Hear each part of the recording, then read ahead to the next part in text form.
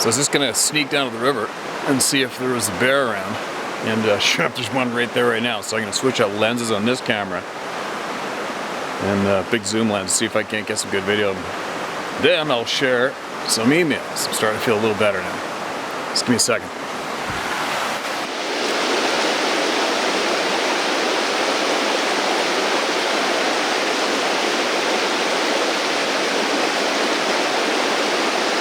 Man, that's a big bear.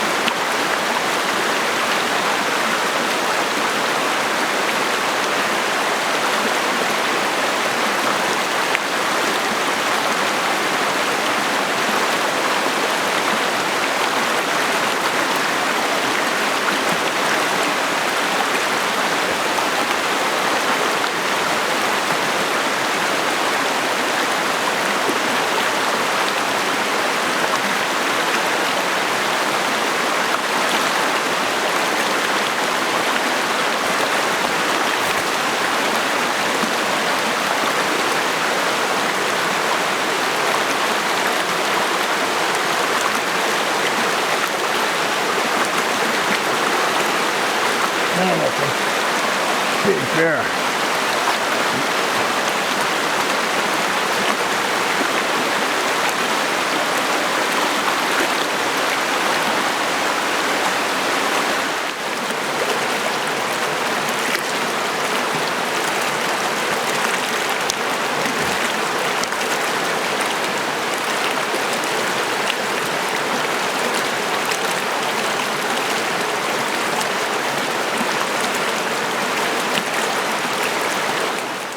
So it's basically the bear witching hour down here.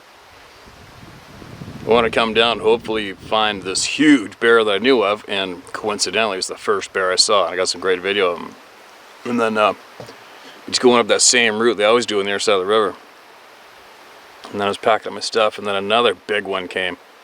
Same route as him. And then all of a sudden, two dogs were right behind me. I turned around just to make me shit my pants. Because of the raging of the river, I couldn't hear them, but anyway, now I'm set up right here, and I'm about to share some emails, but that bear, I just caught some big movement down there in those bushes, so I zoomed in on it. And it's kind of funny, you know, I'm watching those bushes getting mashed around. I knew something big and dark was there. It wasn't a person. Probably a bear. I'd imagine if it wasn't that came out, right? Well, that would have been something else.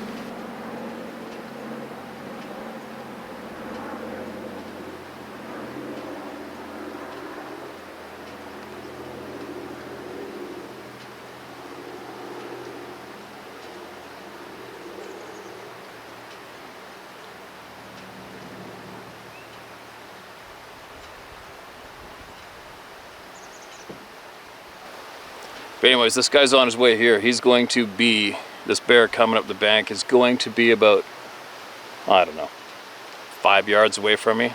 And the wind's in my face. So that means he doesn't know I'm here. Who knows how old he is or how dumb he is, so. And I don't have a gun with me.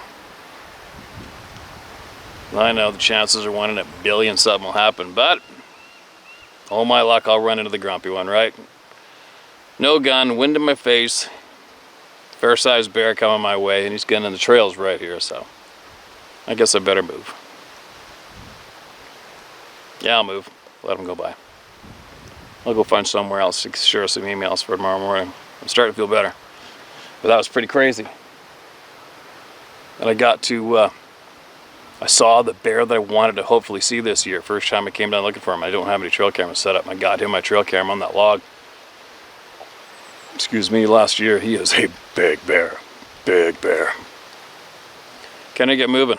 These guys travel fairly quick. He's going to be in my lap in a minute, so I'll go find somewhere else to do this. All right, buddy. You gonna co-host again? It's been a while, hasn't it? Yeah.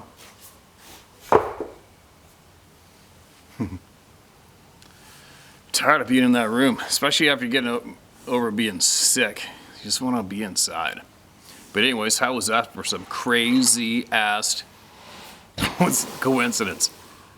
So I fully went down to the river this time of the evening in hopes of seeing some certain bears.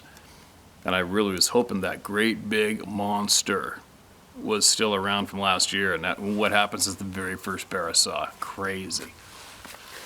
So I got some good video of him here. So then, I'm getting ready to, I switched up lenses, had a long telephoto lens on this camera, and I switched up the lenses again, and I was going to jump in the quad, and then quad back down the river to where that big boulder is in the river where I normally sit on the quad and share emails. And then I look back on my shoulder, here comes another bear, and it was a big one. So you got a big bear, but the first one was a frickin' huge bear.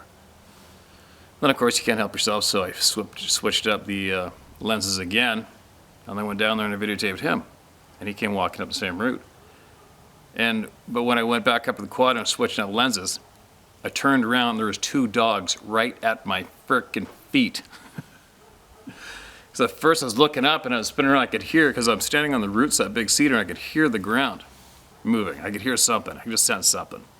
And boom, they're right there under my feet. It scared the crap out of me. Just some kind of a weird, one of those Australian healer things, sheepdog. Little ones, those little spastic ones, and it looked like a miniature Irish setter or something. So anyway,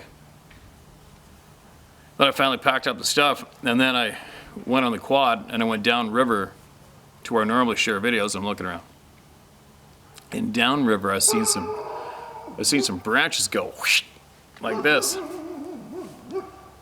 and so I'm looking down and I'm like, what the hell is that? Because I've never seen anything downriver, especially on my side of the river. So I got the other video camera, which is the handheld Sony Handycam, and I aimed it down there and I held on that spot, and the branches were really moving. I was thinking to myself, wouldn't this be something else if what comes out of the bush, if it does come out, if it's gonna not be a bear, right? Wouldn't that have been something else? Hey, Ruby, come on, it's all right. It's okay, camera's rolling. And then, sure enough, another bear came out, and it wasn't a small one either. It was a fairly large bear, and he was working his way up to me on my side of the river. So here's that video clip, and I'll share what happened there.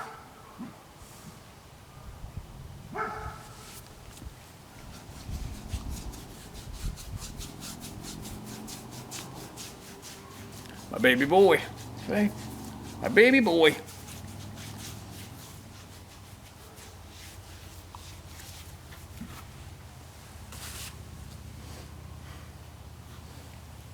Oh, new hat too. Another one of Sarah's new hats. They're pretty cool. They're on the shelf right now too. So anyway, coincidentally, I just got a text earlier. Whoa. Just had a wasp go up my frickin' ankle there. Anyways, I put out a little a heads up that I would do it. I'd do a podcast with David Nino. I don't know, but he seems to be on the same page as most of us. And I remember a lady from somewhere, Alberta, emailed me or something quite a while ago, offering up to contact him or contact me or him or whoever. Anyways, I got a text. Said I received a voicemail, which I never check voicemails. There's a text, and it's, David Nino's cell number, and I got his email. She said, I just left you a phone message. Hope you get over your strep throat soon. All right, so there we go. I got contact with him. And I appreciate that, and I will get a hold of him. I'll make sure I get all my camera gear set up. I get dialed in a laptop first, so there's no big fumbling around, and I'll see if he wants to do this. I don't see why I wouldn't. But it'd be good to at least be sure that we get somebody who's got substantial reach to be informed by the people first, right? Before he gets sucked into giving time to one of the so-called big names in the Bigfoot world, who, the particular ones that are intent on keeping everybody going in circles and only gaining camera time. So hopefully we can get all of you in there first, right? And get this good man filled with good, solid, honest knowledge. That's the point. Now, Who do we got? Who needs to be heard? Let's get right into it. Where are we? Somebody wants his chin scratched, but he's gonna have to wait. This one. Gotta share my story.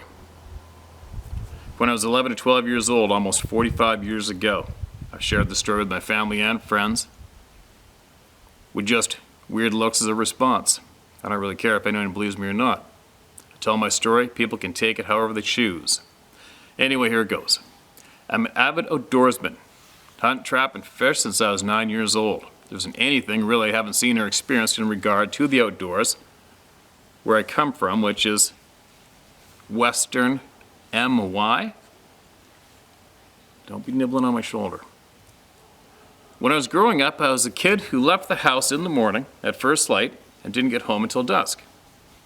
I was one kid who hunted heavily with a pellet rifle.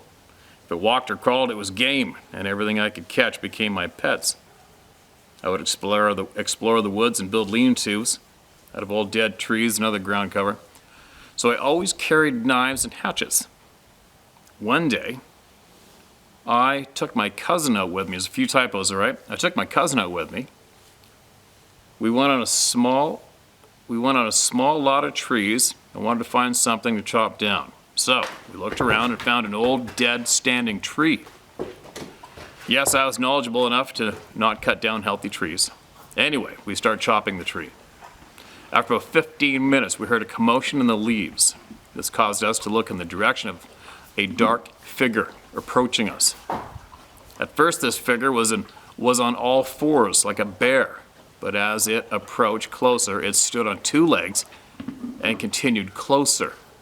This scared us. It caused us to start running back on our path toward home. As we continued, we thought we lost it.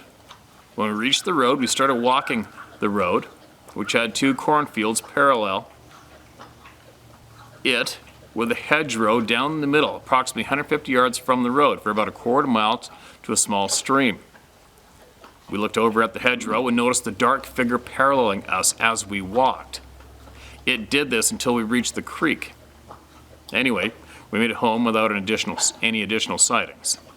This left a lot of questions through my life. What was it? Was it a man? If this was true, why would he have not just yelled out to us? And why would he creepily follow us that far? If it was a bear, I don't think it could walk that far on his hind legs. I've tried to talk to my cousin about it, but he refuses to talk about it. I may be different than others sharing stories with you, in that if it happened again, I would actually pursue it. And if necessary, I would have one of these in the back of my truck. Tom from New York. All right, Tom. Appreciate your share, man. You know you're not, you know what you saw. You already know what you saw. You've probably heard me say it before, but dude, I would not encourage you to go trying to put holes in one of these people.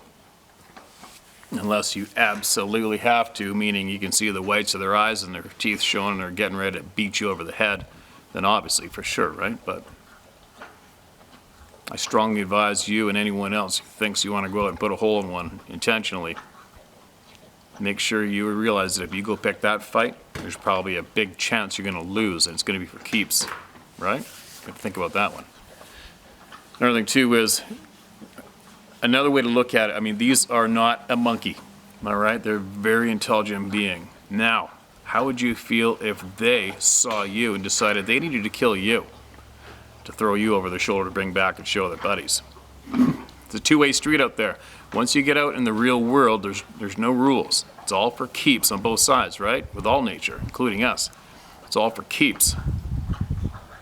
So be sure, before you go picking a fight, be sure who you're trying to pick that fight with, right? Be safe.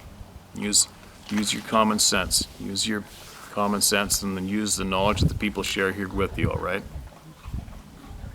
Who's next? All right, listen to this. This is titled, No Title. Hey, Steve, my name is Scott.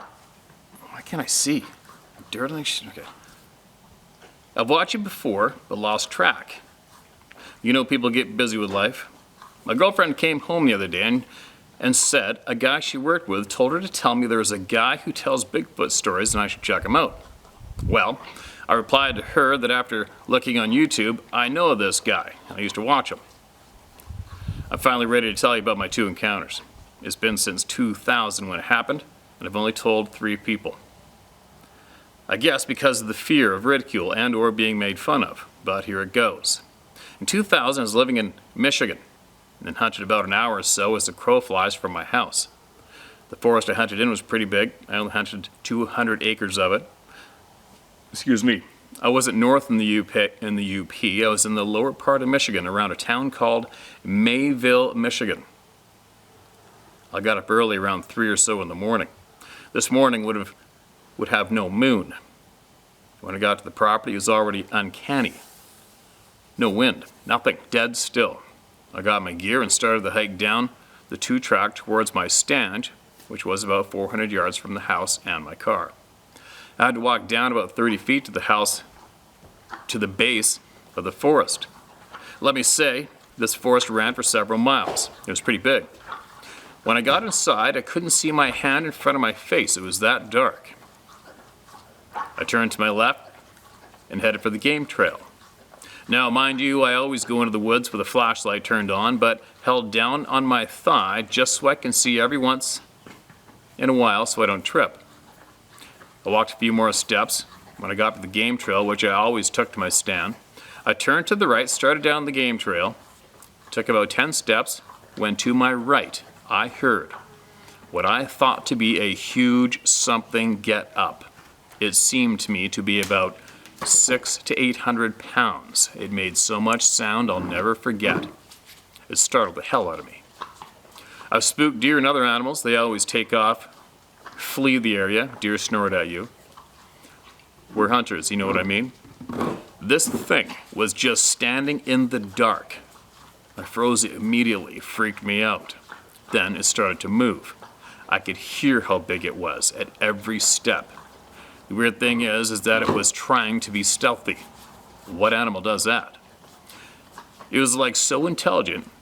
It was like it just wanted to get away. It took a few steps behind me. I was so afraid to move, I didn't know if any second it was going to charge me. It would take a few steps, then stop. Then, I thought, I have to get to my stand. It was about 150 yards in front of me, so I started walking, and it started walking. I would stop, it would take one extra step, but stop almost like it didn't know when I was going to stop. It was mimicking me. I froze again with fear. I never had the hair stand up on my neck before. This is really happening. I thought, screw it, I have 100 yards to cover to my stand. I thought if this thing wants me, it could get me at any time, and I took off running for my life. I kept hearing it walking at a faster pace to the east. I got to my stand, climbed up, retrieved my bow, and just sat there, hearing it faintly walking away, thinking to myself, what the F was that? I got down at about 11 a.m. I didn't look for tracks or anything. I was out of there. It took me till 2003 to even tell anyone about it. I never went back there either. Now let me tell you, I have found some tree breaks out there over the course of 30 years, but I just denied to myself that this could be real. I would hear every once in a while about Sasquatch, but only in Oregon and the Pacific Northwest and British Columbia. Never would I think it would be in Michigan. Yeah, and meanwhile, it's one of the hottest places ever. One of the hottest states ever, right?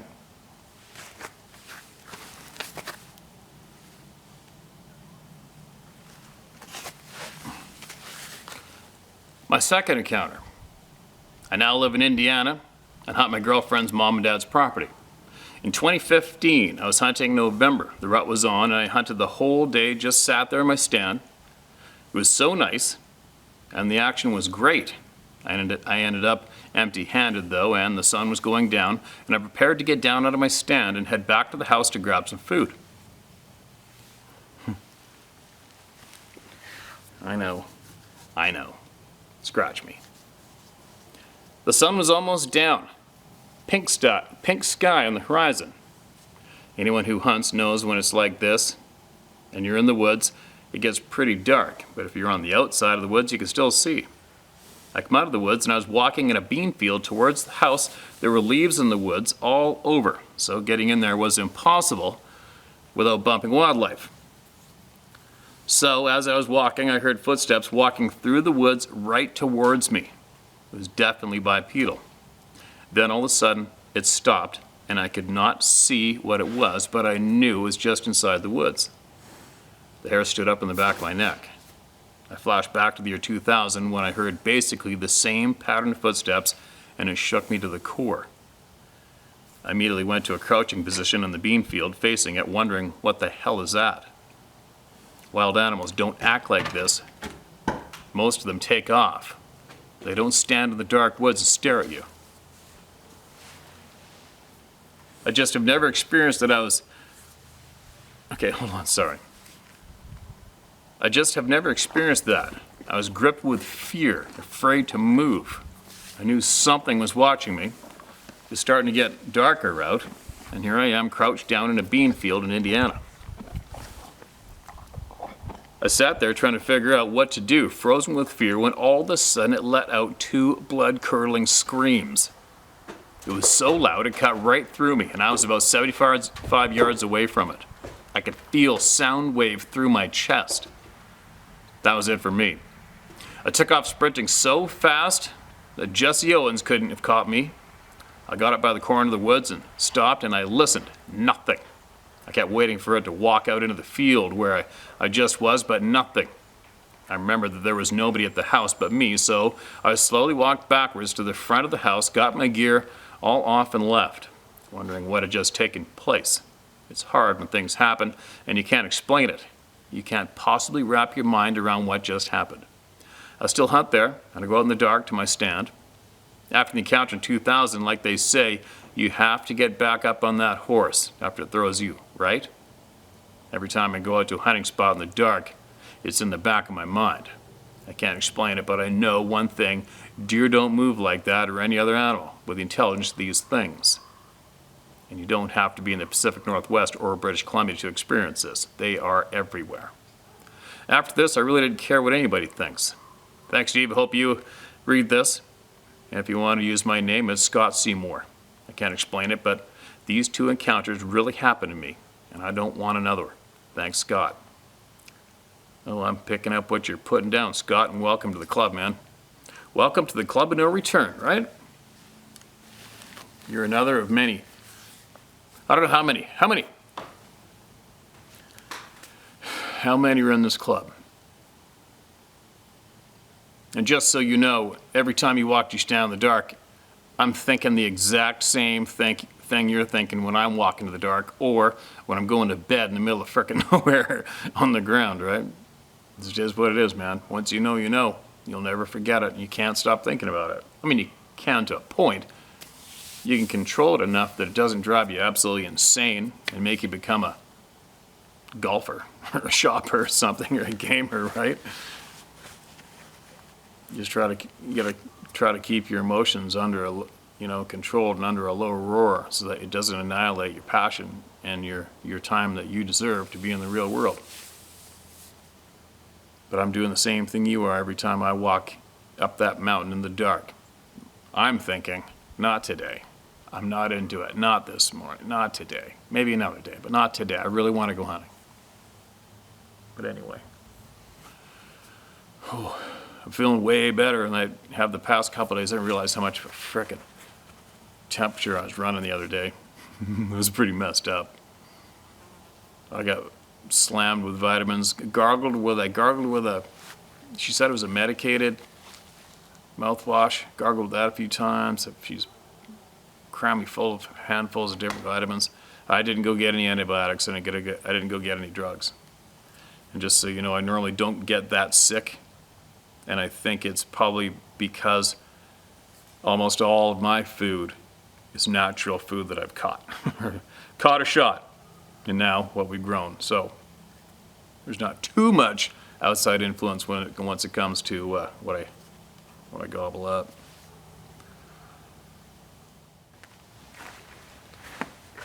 Hey, mums. Oh. All right, who's next? This is titled Alberta. Hi Steve, I shared a story with you last year about a sighting I had in north central Alberta. And don't ask me why I wanted to bring this up. I just figured I'd share some light on my happenings. And sharing the last story helped me put some of the fears to rest. That is frickin' good news. I love reading that. That's why we're here. September 2017, I seem to have bugled one of these damn things in the bow range. Yes, his facial expression branded in my mind. What a pleasure. I've never gone back to that area to hunt. I've been there quadding, but after the 10-kilometer mark, your spidey senses start screaming at you to maybe turn around and make a mile. Get the F out. I also checked out a website that includes sighting maps, and what do you know? There's been a couple within 30 kilometers. Anyhow, last fall I tried finding an elk herd that was moving out of an adjacent valley up into big timber and minimal livestock pasture, 8 or so miles east of my original sighting. That was my comfort zone. I brought the wife and son along as usual. I'm usually back in camp by the time they wake up in the morning. Gives me lots of time to spend with my little guy in the bush. This was a 5-mile quad trip in from a Métis settlement road. I found a ridge line that backed onto a lake. The bottom of that ridge line was a finger or funnel into thick spruce and willow stands, which eventually turned into lodge poles, stands so thick you couldn't throw a rock through in a good day. Good shade for those September elk, and with the lake at their backs, they could probably rest easy from the wolves and whatnot. We camped on that ridge well back and downwind to where I intended on hunting. That morning, I put on the usual 10 kilometers and found good sign. The bulls weren't talking. I bugled and was surrounded by 7 or 8 coyotes and 1 lone wolf howl. I'll take that any day, I thought, after having flashbacks to 2017. The coyotes were easily within bow range by the time they decided the gig was up. That explained why the elk weren't talking. I carried on for about a mile or so, and I had the feeling a few times almost like I was lost and started to panic, but I knew exactly where I was. It was a strange sensation, which I no longer swallow since my sighting. I made my way back to camp and spent the afternoon chasing chickens in clear cuts with the little guy. Evening hunting time soon rolled around, and I found myself in the thick stuff. There was 2 open pastures with a mile of timber between them, and I found a lick smack dab in the middle of it. The hunt was uneventful, but I still hunted and kept the calls turned off that evening. Nothing. Back to camp before dark. I don't play around in the bush solo after dark anymore. Say what you will. Supper was great. Evening wind was down, also good. It was a clear September night with a cold enough chill to turn the leaves yellow. I was happy. On my ass next to a fire with the ones I love, snoring in the tent. It was around 11:30 p.m. While I was just running through the mental file cabinet while staring at the fire when I heard something, or felt it, or both.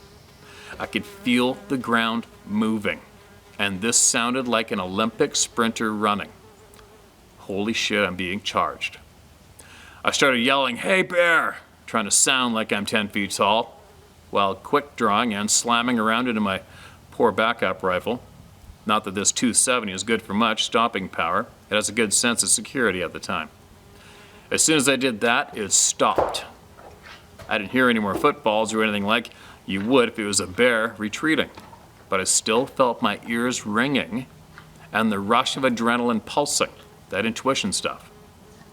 I was being watched, and I better be okay with it. It's 5 miles out in the dark and you don't want your company panicked. You better figure it out. My mind was now racing. I grabbed my headlamp, walked out. Wasp. I grabbed my headlamp and walked out to the nearby cut line in the direction the running came from. The cut line was divided by a row of... Come on, go eat something else. The cut line was divided by a 4-row fence down the center. At this point, I'm almost hoping to run into a bear so I could displace the panic attack. It was easily bright enough to see 100 yards without the light on. Go figure, nothing there. No sounds at all. If it was a bear, I would have heard it clearing that fence. I didn't let the fire die that night and was so disturbed by daylight that I made the decision to pack up onto greener pastures, so to say. Every time I go back to this country, something happens that scares the shit out of me.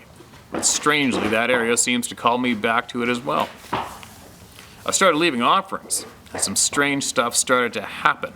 I'll save that for another day. I'm glad you opened up this topic. I no longer feel like I'm selling snake oil. Stay humble and keep up the work, my friend Dusty. Okay, Dusty, I don't know how long ago you sent this, but 2020. Holy shit, buddy. Sorry it took a while, but we got it. I'm guessing by now you probably figured out that leaving things might not be that good of a thing to do if you want to be left alone, right? Everybody do what you're gonna do, but I've said it a lot of times. Hold on a sec. Sorry. If you want to be left alone and just enjoy the real world, you probably want to leave them alone. You know what I mean? If you want attention, leave them stuff. Bring them gifts and keep it in your mind. I'm sure that all you got to do is think in your mind, here you go, I brought you something, leave it there and leave. They already know what you thought about. And they grabbed it. Now they're looking forward to you bringing them something else again, maybe. And now they think it's okay to let you know that they're there. And then they start scaring the shit out of you when you didn't really want it, right? So you might want to think about that before leaving stuff. Probably, if you really want to hunt there and be left alone, just say flat out, man, leave me alone. Just leave me alone, right? Anyway, maybe update us. That was a little while ago. Update us with what's gone down since, if anything. Especially if it's going to help some people here, all right? All right, I'm going to read one more, and I'm going to go in. This is titled, Dude. Hi, Steve. Many thanks for all you do. I'm a former Marine, Vietnam, 69-70. Excuse me. I grew up in Los Molinos, California, hunting, fly fishing, and collecting arrowheads and stuff. After the Marines, I worked for State Fish and Game and Fisheries. Studied archaeology in college. I retired from civil service in 2008. I'll get right to them. It's 1986. I have 2 weeks leave, and I'm packing into Thousand Lakes Wilderness alone for 10 days of float tube fly fishing. I'm paralleling a game trail through that short ground cover manzanita. Down the trail directly toward and past me stumbles an exhausted and terrified, otherwise healthy buck with a perfect, tiny 3-point rack. He looked right at me, rolling his eyes, terrified. I thought that's new behavior. I continued on half a mile or so to the small lake where I would camp, planning to hike to a different lake daily. The next morning, The next morning, need to have a little walk, you know, get the lay of where I'm staying at night. It's so nice I have on a pair of running shoes and my glasses, as it's obvious I've got the place to myself. Back where I encountered the small buck, not too far, 100 yards or so past, I see his very distinctive horns sticking up from behind a waist-high log. I stand there for a moment, and close enough I can hear deer flies. I take one more step and crash, giant crash, right behind the fallen log and a bunch of piled up stuff out of my sight.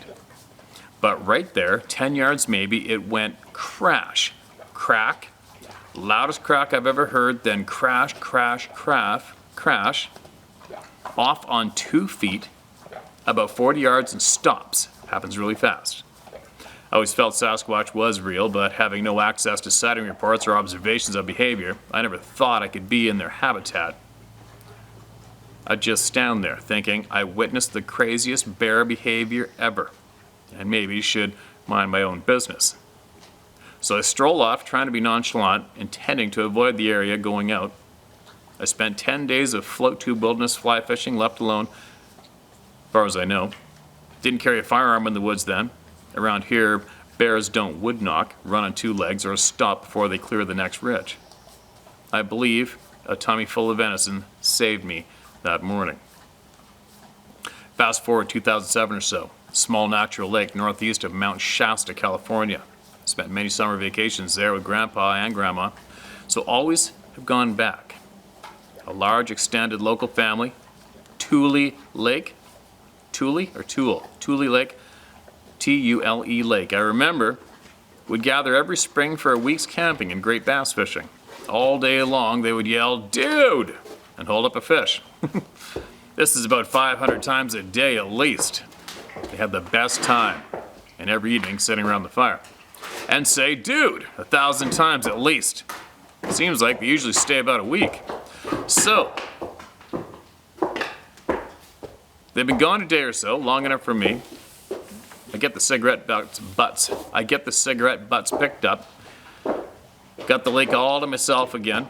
No way for anyone to come even close unnoticed. Laying in the tent, reading by headlamp. It's calm and quiet. From about 40 feet and loud. Dude. I mean, it had that quality that wasn't just loud, it was big.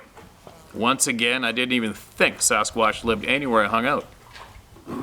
I rearranged the kimber I slept with and tried to read on, remembering how futile it usually is trying to track these noises at night.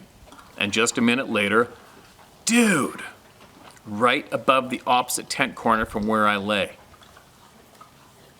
Came from horse-sized lungs and about 2 feet higher than the tent corner. It was directed straight at me and without a big scream or roar, more of a sound or call or a mimic, but it said, "Dude," and it was right there. Still not realizing what was happening, I retreated under the covers, kimber in hand. Kimber is a gun. Evidently that was it. So when morning arrived, I hadn't shot myself. My wife drove up that day to spend the weekend, and that next morning, we're laying in the tent. A baseball-sized rock comes whizzing into the tree directly over the tent and onto the ground. Neither of us know squat about Sasquatch behavior, and there's no humans around, period. I can't think of any explanation, so I tell her, "That was Jehovah, reminding you, time for hubby's coffee." I don't remember getting coffee made, but we made a small laugh. I'm sure the hairy scamp expected us to crap ourselves, which we would have, had we known. I don't speculate on who would have got pushed out of the tent. My name is Kim LeBaron. These things happen to me, and my yes means yes. All right, Kim. Appreciate it, man. At least it sounds like you got a good attitude about it. And I think by now you probably know, all of us, most of us know that these beings, they mimic our words, they mimic our relatives' voices. They mimic babies. They mimic all sorts of stuff. Pretty bizarre, right? That would be something else to hear a deep, low, guttural word, "dude," belted out at you and rattling your ribcage. That would be a little comical and a little scary at the same time. And I wonder how many of you out there just said, I'd say, "dude," right back, right? Who knows? But anyway, there you go. There you go. I gotta go to bed. I gotta go eat some more vitamins, some more Tylenol, go to bed, and hopefully tomorrow I'm gonna be back in wood splitting shape. And good to get the horses on the camera. I haven't shown too many of the animals lately, have I? Share my story at howtohunt.com. That's where you're going to get your honest truth shared word for word, no matter how crazy you think it might sound, all right? I think Sarah will have all of the ladies' stuff up in the store, I think, tomorrow. I guess she's waiting on the place she got it to see if she get their photos of the items, because they're better than what she thinks we could do here. I tried to get her to model. I'm like, "Why don't you just put the shirt on and model it?" She's like, "No, I'm not doing that." Oh, God. Whatever. But all these new hats are up. There's a whole pile of real cool new hats that are in the store now. So the link's down there somewhere. And I'll be back shortly.